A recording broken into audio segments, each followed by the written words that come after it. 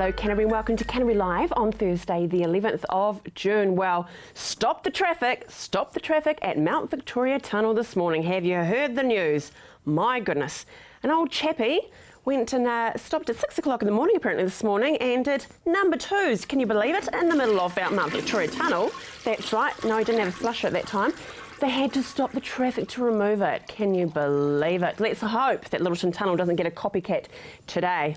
My goodness. The troubles we have in our country, really, it's quite amusing, isn't it? Anyway, on with the show. Harlem Globetrotters, incredible business. They are just amazing entertainment they provide, and they are hitting Christchurch this Sunday. Check this out.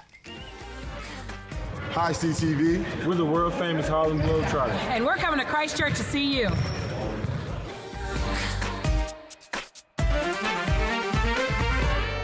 That's right, and they are this Sunday at Horncastle Arena, and we have some tickets for you. Very exciting indeed. It is a thing for all of the family. And of course, it is New Zealand Men's Health Week, looking after the men in our lives, and you could win one of 2 packs with over $400 from Extend Life. Everything to assist your special man. To win either the tickets for the Harlem Globetrotters or with Extend Life, you just need to call through on 3777 033 or go to our Facebook page. Make sure you like us and leave your details. And don't forget, this week, of course, we are streaming live. That's right, if you miss us on the box, you can pick up your phone, your computer, your laptop, your iPad and watch us right now. Very cool indeed. Coming up on today's show, I have the true privilege of having 2 wonderful parents that have gone through something that none of us should as parents, the bereaved parents group. So we talk about their story and their journey and the support that they are giving other parents in their same circumstances. And we head out to a wonderful school, St Andrew's College, their fantastic chapel that is on the rebuild trail. So we find exactly what's happening within the school. But first up, we head out to the beautiful Living Springs, and we're joined by Dennis Aldridge from Living Springs, the CEO. What a fantastic, fantastic business entity, charity that you are a part of, Dennis. Yes, thanks, Andrea. Thanks for having us on. And yes, we certainly are. And it's kind of, it's a place that people continually come to and say, wow, we didn't know all this was here. They come and say, wow, this has really sort of done something amazing for us. So it's something great to be involved with, but we have some really good things going on. Well, let's remind people, we've got some beautiful images of the views and of Living Springs and talk about it. Where is Living Springs for those who've been living under a rock? Under a rock, yes. Well, it's at the head of Littleton Harbour. It's through Governor's Bay. It's about 20 minutes from Christchurch. And there you are sitting up, and this is the building era that you're looking at there. But it sits at up the valley from Allendale. It is beautiful, isn't it? And we were talking before, you could say $1 million view, but it's a multi-million dollar view, isn't it? It's just quite breathtaking. Yeah, it definitely is. I mean, people come from all over the world, have come there and said, we've never seen anything like this. Take your breath away. We hope to, we like to believe that you'll go away better than when you come. And actually a lot of it is the setting and the view and the kind of the whole context that Living Spring lies in. So who do you facilitate for? Who comes to Living Springs? A wide range of people, Andrea. From a lot of people know it for schools, and schools are big. Schools are about 40% of what we do. A wide range of community groups, from choirs and churches and the youth groups. A lot of groups like Canteen is very big. Canteen's been there they'll come in about 10 times a year, fly the young people in from all around New Zealand. Camp Quality's been there for the last 27 years. My goodness. All manner of youth groups, community groups, social groups, but also things like family reunions, weddings, the Patchwork Guild, whatever. Yeah. And you're 42 years young. We are, yes. We celebrated our 40th anniversary as an organisation in April 2013, and that was a real big milestone. Great. Well, let's talk about Living Springs. You do need the public's help, don't you? Yeah. So how can we help Living Springs? Well, we're a charitable trust, and so we are self-sustaining in our operational side. But when we try to get into any capital development, this is really the 3rd stage in our history. There's been 2 big capital development stages in our history. But now we're moving into a number of new things. And the one that we're talking about today is the Founders Field. Our founders, as we talked about, 40 years anniversary. And here we are here, so this is the proposed. So this is the proposed Founders Field, which we hope to start in October this year. We've talked about this since the early 80s. That people have been there. We are built on the side of a hill, and the thing we've always lacked is a level surface, a level playing field. And this will be for more than sports, but it'll be largely sports, but it'll be recreational, it'll be concerts, jamborees, great tenting events and all that sort of thing. So this will be a big level grass field. At the top level, it'll come down to a hard court surface as well. It's a big project. It's a $1.5 million project. Huge. So it's a huge capital fundraising campaign going on at the moment, but we're on track and we're doing really well. And we hope to start in October this year. So are you looking for donations as such, resources? What do you need from us?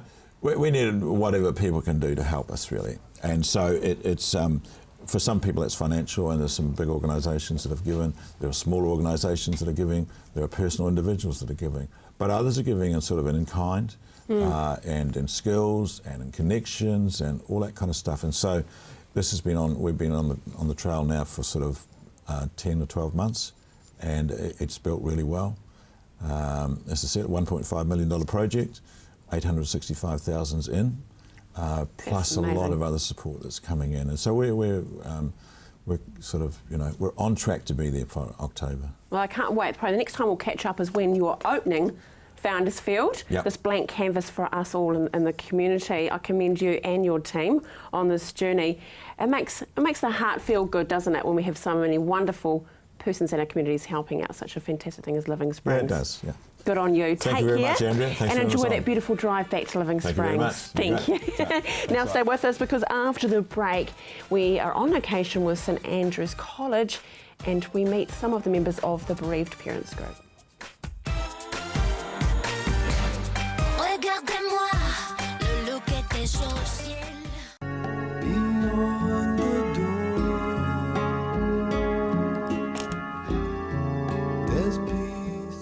Well, as a mum of 3, I love my children, but the natural order of life is not that you would have to bury your own child. And I have 2 very, very brave mothers that are joining me today. First, I have Chris Guerin and Diane Peterson, who have both lost children and are part of a wonderful group for bereaved parents that are there to support each other as well as others. Thank you, ladies, so much for taking the time to come in. Chris, what is the main purpose of the group then, in your eyes? Well, we quite strongly advocate parents helping parents. So we are people helping each other. We're not professionals, or some of us do have some helping professions and some skill in that area, but we are just simply people who've experienced a death of their child as a parent helping other parents. So it is a support group. So we see things like counselling and that sort of, some of that specialist area as working part and parcel of what we do. That's great stuff. Diane, how did you come to attend the bereaved parents group? One of my work colleagues saw an article in the paper and said there's a candlelight, an international candlelight vigil for parents who lost children. I just very recently lost my son, and I guess I was looking for anything that could help. So I went along and I realised I wasn't alone. I realised there was help out there. And the group has been very good for me. You have a safe environment that you can talk about your child, you can talk about the effects it has on your family. Because when you lose a child, part of your heart dies as well. So what was your son's name? My son's name was Dan. Dan. And, cool. And Dan died in an accident in Switzerland just a little over a year ago. He'd been a commercial skydiver for 7.5 years, and he did wingsuit flying. He had world status at what he did and known as Mr. Safety. And we've got a picture of him there. That is a great shot. Beaming of life. Chris, he loved it. Yeah. Chris, what's your story then? Well, Annie was just over 2, and she died in a driveway accident. My husband backed over her in our driveway. So it was just one of those accidents that happen. And I was with my husband when he went through the police report afterwards in the interview, and it was very hard, of course, but to me at the time I realised that it was just a series of things that happened that unfortunately culminated in her, in the accident and her dying. And clearly it's still an issue that happens today.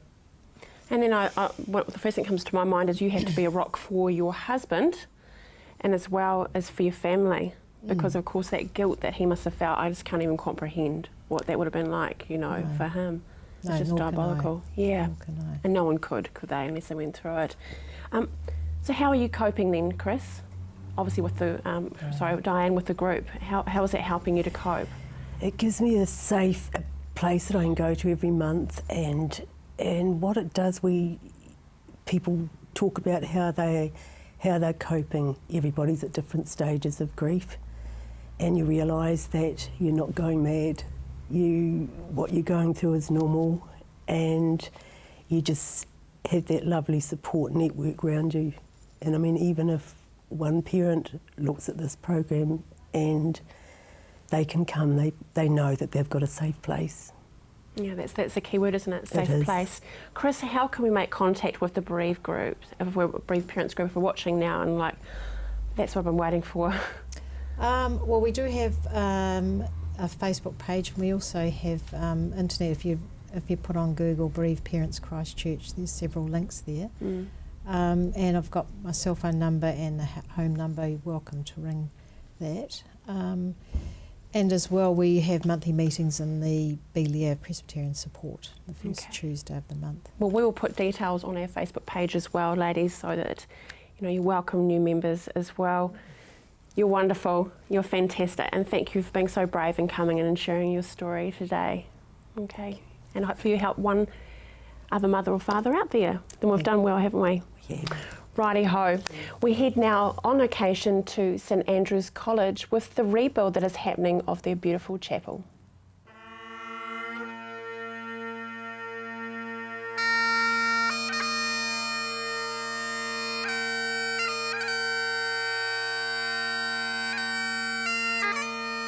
The Memorial Chapel has been a huge part in the lives of all the students who've been through the college since 1955, when the chapel was officially opened. The then board decided that it was time to fundraise, and the significance of the chapel was actually around old boys who'd lost their lives in the war, in the Second World War, and also staff members who'd also lost their lives. And so there was a lot of emotion around the memorial aspect of the college. We have a new fundraising campaign selling 2,000 of the bricks. These bricks have been salvaged from the Memorial Chapel and have been incorporated into the memorial wall. And if we sell 2,000 of them, which there are, it will certainly raise the much needed funds for building our new chapel.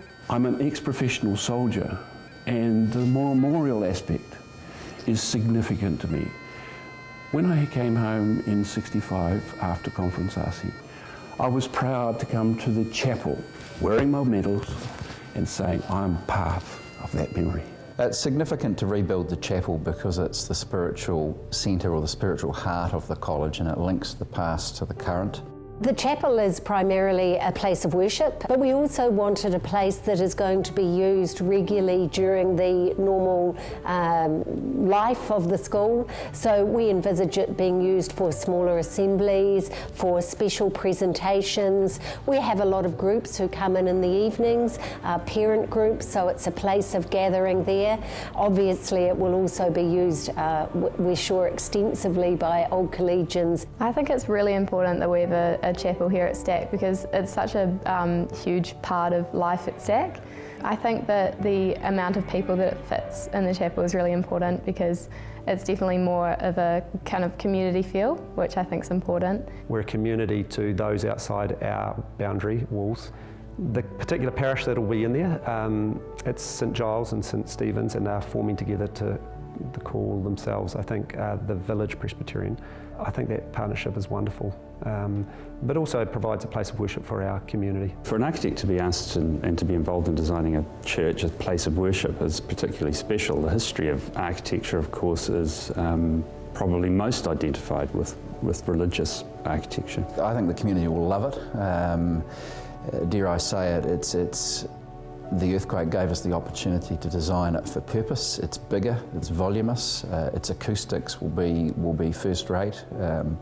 It will have a lot of the features from the old chapel in it, including it'll be sympathetic to the shape of the old chapel. The bell tower will incorporate some of the bricks from the old chapel, the gargoyles. We're going to recycle doors. The inclusion of the heritage items is a really special part of this project, and we really relished that task, and so we've made that quite central to the way in which we thought about building this or making this project. So we've organised those in a particular way and in a particular part of the chapel. That they'll be remembered in that memorial wall, I think, adds a connection from the past also to the future.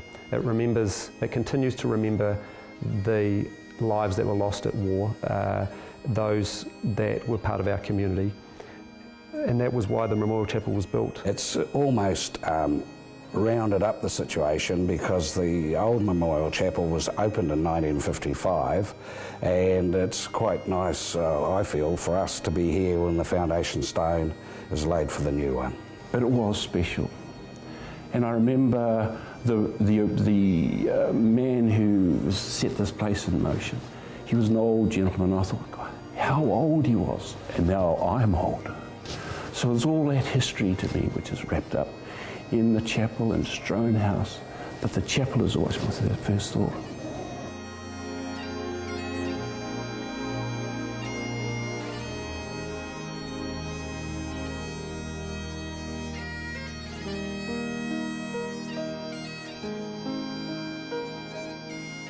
Thank you for all the wonderful work and effort that has gone into preparing this place for our chapel. We lay the foundation stone today upon which will stand our new place of worship, a place where fellowship will be created, service inspired, memories made ever present, celebrations had, and most importantly, a place where our faith in you will be nurtured.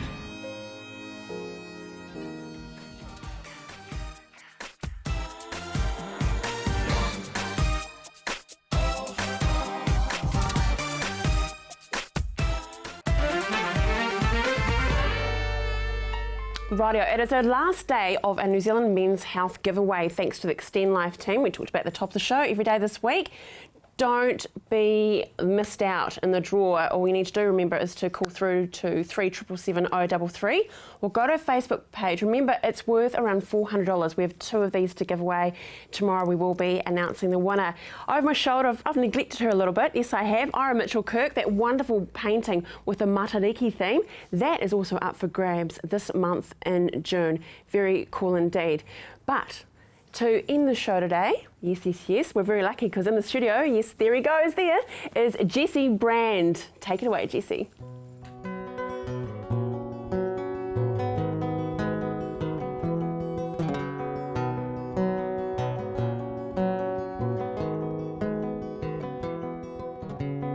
Well, I was just thinking about when we first met.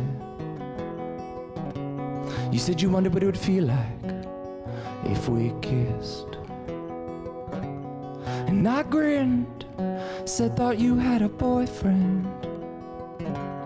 You said you'd break up with him, the next day you did.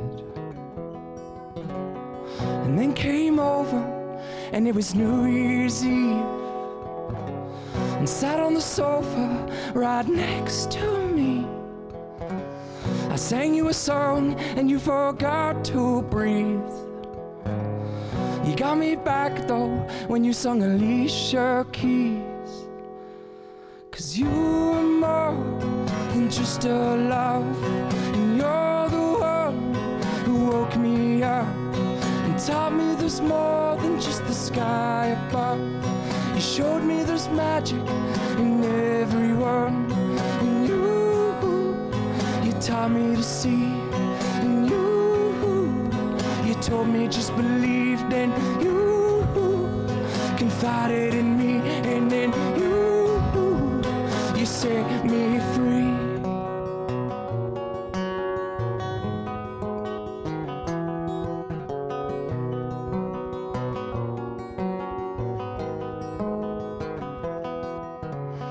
And I was just thinking about how you used to sneak out at midnight, take photos of the moon. And when you came back, you'd call me too. Tell me about the wonders in your room. And what about that time you drew that portrait of mine and just drew a close-up of my eye? And somehow you managed to make it shine. Will I ever meet another like you in my whole life?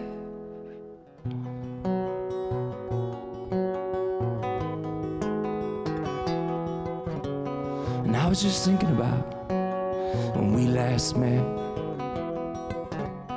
and I can't really remember where we were at. Was it in Sydney or back in Halifax? It's been like 10 years, haven't seen a photograph. It's been like 10 years, haven't seen a photograph.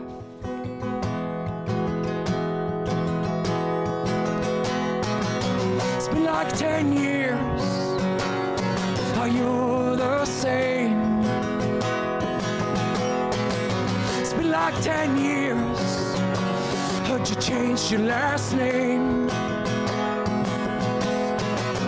And I'm giving it all I got to get this across. Yeah, I'm giving it all I got to get this across. To you.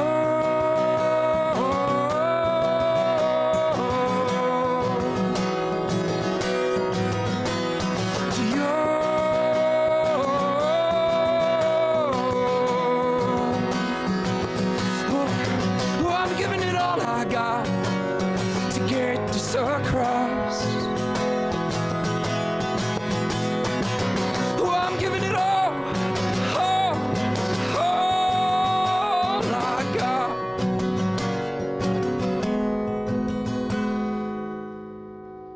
'Cause you're more than just a love.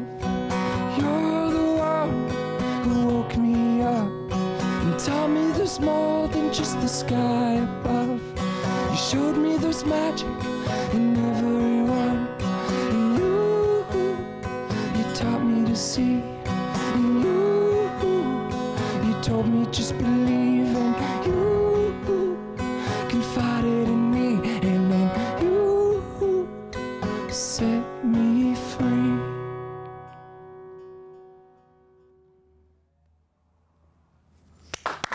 Thanks, Jessie. That was amazing. Awesome way to finish our show today. Coming up on tomorrow's show, he might not be as young, but man, can he rock it. We've got Graham Wardrop that is rocking it in the studio tomorrow, as well as the Christchurch Casino are here. It's been a beautiful show in many ways, and I know what you're thinking as well. We've had some beautiful people, and you for watching us. Don't forget, we are live streaming as well. We'll do it all again tomorrow. See you.